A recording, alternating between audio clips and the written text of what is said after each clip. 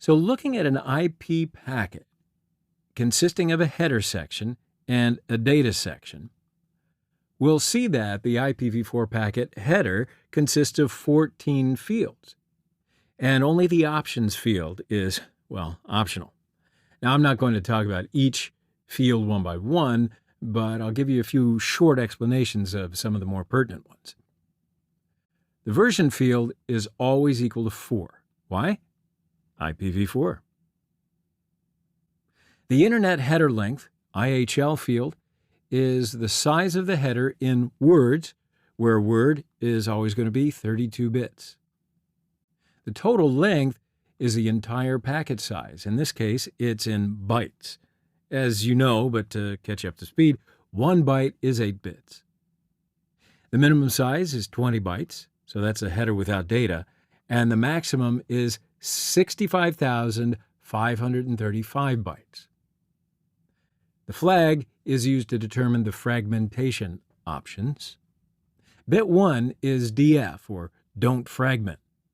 If it's set, and I mean by that if this bit is a 1, and fragmentation is required to route the packet, then the packet is dropped. Bit 2 is MF, or more fragment. For fragmented packets, all fragments except the last have the MF flag set. Bit 0 is reserved for the future. TTL, or time to live, is to limit the lifetime of a packet. It's a hop count, basically. When the packet arrives at a router, the router decrements the TTL field by 1. Protocol field is the protocol used in the data portion of the IP packet. So that's going to be TCP, UDP, ICMP.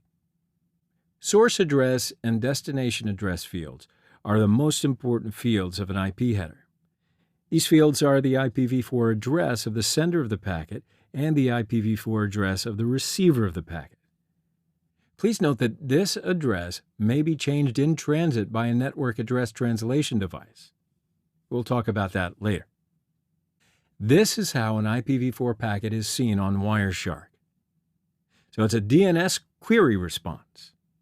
The fields we mentioned are seen pretty clearly. Version is 4. Header length is 5 words, which means no options field. Total length is 96 bytes. MF and DF flags are not set. And you can see the source and the destination addresses and all the rest.